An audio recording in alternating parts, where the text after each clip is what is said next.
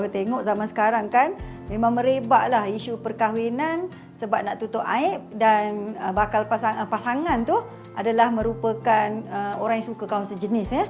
Kalau kita tengok dalam kes macam ni, hukum perkahwinan tu sah sebab dia masih melibatkan orang kata cukup rukun. Ada suami, ada isteri, lelaki, perempuan. Bukan kata lelaki sama lelaki. Tak, dia lelaki dan perempuan tulen. Lepas tu ada wali dan sebagainya, cukup rukun. Dari sudut hukum perkahwinan tu sah. Cuma kalau misalnya dia tak ada langsung keinsafan, nak tinggalkan dia punya aktiviti, jadi perkahwinan tu jatuh kepada mudarat lah. Sebab dia memudaratkan pasangan dia. Malah dia menyebabkan orang tu bergelumang dalam maksiat. Sebab tu kita kena berhati-hatilah dengan perkahwinan seperti ini.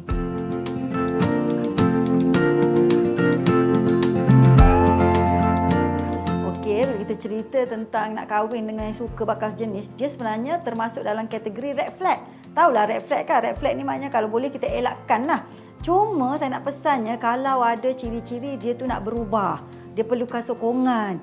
Dan isteri ni pula kena tanya kat dia sendiri, dia nak tak jadi pendakwah dalam keluarga dia. Kalau dia tak sanggup nak tanggung risiko, tak nak bertanggungjawab, dia lepaskan macam tu sahaja, jadi lebih baiklah dia elakkan perkahwinan macam ni. Kecuali memang dia ada rasa cinta, dia pun nampak orang tu boleh berubah dan berpotensi, dia pun sanggup nak berubah dan menyokong bersama-sama. Maknanya dia nak jadi pendakwah keluarga. Kalau yang ni, alhamdulillah boleh diteruskan. Tapi kena kuat semangat.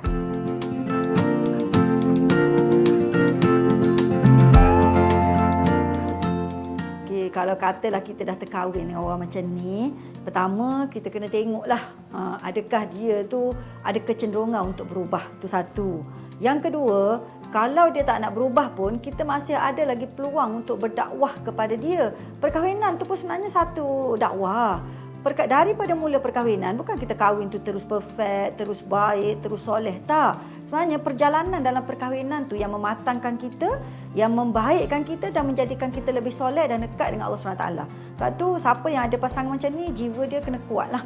Dan dia kena dapatkan support group dengan segera. Sekarang ni, kalau kita pergi ke JAKIM lah, kita pergi ke Majlis-Majlis Agama Islam Negeri, ada grup-grup support untuk golongan macam ni. Jadi dia kena duduk, pastikan kita pun ada ilmu dan kita bersama-sama dengan dia masuk ke dalam circle yang betul. Mereka ada sediakan usrah lah, kem muhayyam lah. Jadi perkara ini dia tak akan rasa berseorangan, ada ilmu macam mana nak atasi masalah. Itu lebih baiklah. Lepas tu, dalam masa yang sama, isteri ni kena berusaha pikat suami. Sebab kita kena faham macam ni. Manusia ni secara fitrahnya dia akan suka lawan sejenis. Kok mana pun. Kalau dia tak suka, maknanya something wrong lah dengan fitrah dia. Jadi masih ada cara untuk pikat suami supaya akhirnya dia lebih memilih bersama dengan kita berbanding dengan cara songsang. Jangan lupa satu lagi, bawa jumpa dengan pakar. 2 pakar. 1 pakar yang rawatan perubatan. Sebab addiction ni dia kena rawat. Yang kedua, tolonglah juga bawa jumpa ustaz. Kadang-kadang ada gangguan lah, macam-macam lah menyebabkan dia ni suka terjatuh pada godaan syaitan.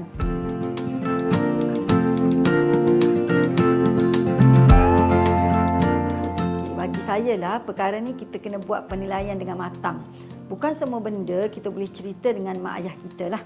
Sebab kita tak nak, katakanlah dia dah berubah daripada situasi tersebut, dia pun tak adalah nampak macam ciri-ciri suka kaum sejenis. Sebab kita kena faham, ada orang dia nampak ciri-ciri tu, tapi ada lelaki dia tak nampak. Dia nampak macam straight, biasa, okey, bagus, nampak soleh. Tapi tiba-tiba dia dah berubah. Takutnya mak ayah kita tu duduk nampak bayangan tu sampai bila-bila. Takut dia ganggu hubungan masa depan.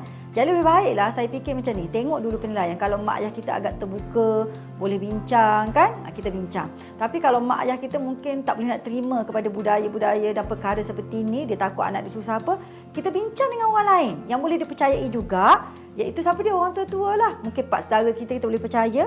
Ustaz kita ke yang kita boleh percaya, yang boleh bimbing sekali dengan kita dan bagi nasihat kita, atau mentor-mentor lah yang bagus yang kita boleh jadikan rujukan. Itu nasihat saya lah, sebab kita nak fikir survival perkahwinan jangka masa panjang.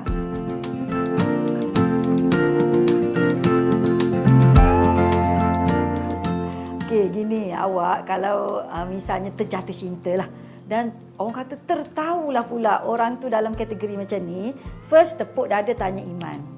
Awak bersedia tak nak hadapi segala cabaran? Dia sama je. Contohnya kalau kahwin dengan seorang tu, orang tu ada penyakit kronik. Awak kena tanya juga bersedia ke tak bersedia. Yang kedua, saya minta awak cari ilmu lah sikit. Jumpa dengan pakar ke, jumpa dengan support group. So awak buat sedikit survey.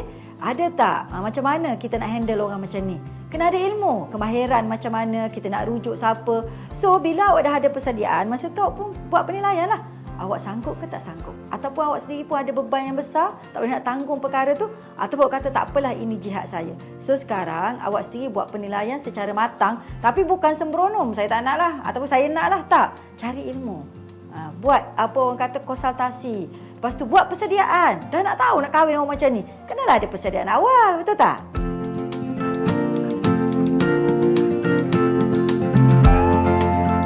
Kepada pengantin lelaki, bila awak nak berkahwin tu, syukurlah. Maksudnya awak ada niat untuk betulkan cara hidup awak secara Islam dan secara fitrah manusia yang betul. Itu sebenarnya bukan keputusan awak. Mungkin mula-mula niat nak tutup aib. Tapi sebenarnya itu adalah detik macam mana Allah nak bagi punca hidayah kepada awak supaya awak berubah. Jadikan perkara ini sebagai satu keinsafan, teguran daripada Allah SWT untuk awak bermula berubah. Yang kedua, awak nak hidup macam ni sampai bila? Kan? Hidup dengan penuh dosa, dan liwat ni dosa besar. Kalau sebut suka kahwin sejenis macam biasa, tapi kalau sebut liwat, dia ni adalah dosa besar. Yang mana kalau kita pergilah dekat apa tu, saya pergi Jordan hari tu tengok Laut Mati. Ya Allah, takutnya akibat daripada amalan LGBT ni kan, amalan suka kaum sejenis ni, Allah laknat terus. Saya tengok besar dia tu macam satu negeri. Lepas tu dalam tu masin dia 7 kali ganda laut biasa, tak ada satu kehidupan pun boleh duduk. Itu pengajaran besar. Lepas tu kita tengok dekat negara-negara orang putih pun banyak dah mudarat kesan daripada amalan hidup macam ni. Peningkatan HIV. Dulu HIV dah nak habis dah, tapi kerana awak ni percaya tak apa, awak boleh jaga keselamatan lah, tak apa sekarang dah moden lah, dah terbuka. Tapi tengok kuasa Allah, HIV naik. Penyakit kelamin yang dulu tak ada sekarang dah naik. Awak nak bukti apa lagi? Kan? Jadi awak rasa lah awak nak hidup begini selama-lamanya. Tapi awak rasa lama mana? 20 tahun, 30 tahun, 40 tahun, 50 tahun, 100 tahun? Lepas tu awak rasalah berapa lama awak boleh hidup di akhirat nanti. Lebih baik berubah sekarang. Allah dah bagi peluang, isteri yang bagus, keluarga yang sanggup terima awak. Lepas tu Allah detik dah hati awak. Kalau boleh berubah daripada sekarang, ini titik permulaan untuk awak baiki hidup ke arah yang lebih baik. Mana tahu esok-esok awak jadi pendakwah juga kepada orang yang mungkin senasib dengan awak.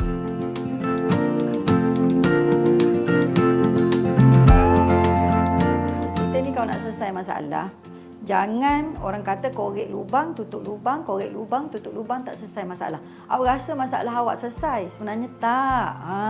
Awak rasa okey, saya dah tutup dah aib saya, so selesai. Tak, awak sebenarnya membuka 1000 masalah lagi dalam kehidupan awak. Masalah dengan bakal isteri, kalau kata ada anak pula mewarisi perangai awak, zuriat awak, lepas tu mempengaruhi orang sekeliling. Lepas tu tak cerita lagi masalah penyakit, masalah berkat kehidupan tu. Rezeki awak tu yang akan mempengaruhi seluruh keturunan awak. Jadi akhirnya masalah awak tak selesai.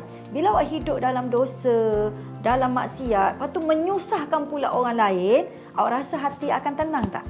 Kita ni dapat duit banyak mana pun, seronok banyak mana pun ketika muda ni, kita rasa kita hebat dapat tipu semua orang. Tapi ingat Allah tak pernah ditipu. Yang kedua, hati ni awak tak boleh tipu. Cuba renung dalam-dalam. Awak rasa awak tenang tak dengan cara kehidupan awak sekarang? So lebih baiklah kita dah buat dosa dah. Jangan menyebabkan orang lain tu pula terpalit dengan dosa awak. Kita dah ada masalah dah. Kan? Ada duduk dalam perangkap lubang yang teruk dah. Awak nak korek lubang yang lain, akhirnya orang lain pula terjebak dengan awak. Dahlah kita berdosa. Ajak orang sekali buat dosa. Ui, berganda-ganda jariah. Esok makan tak habis dekat akhirat ni.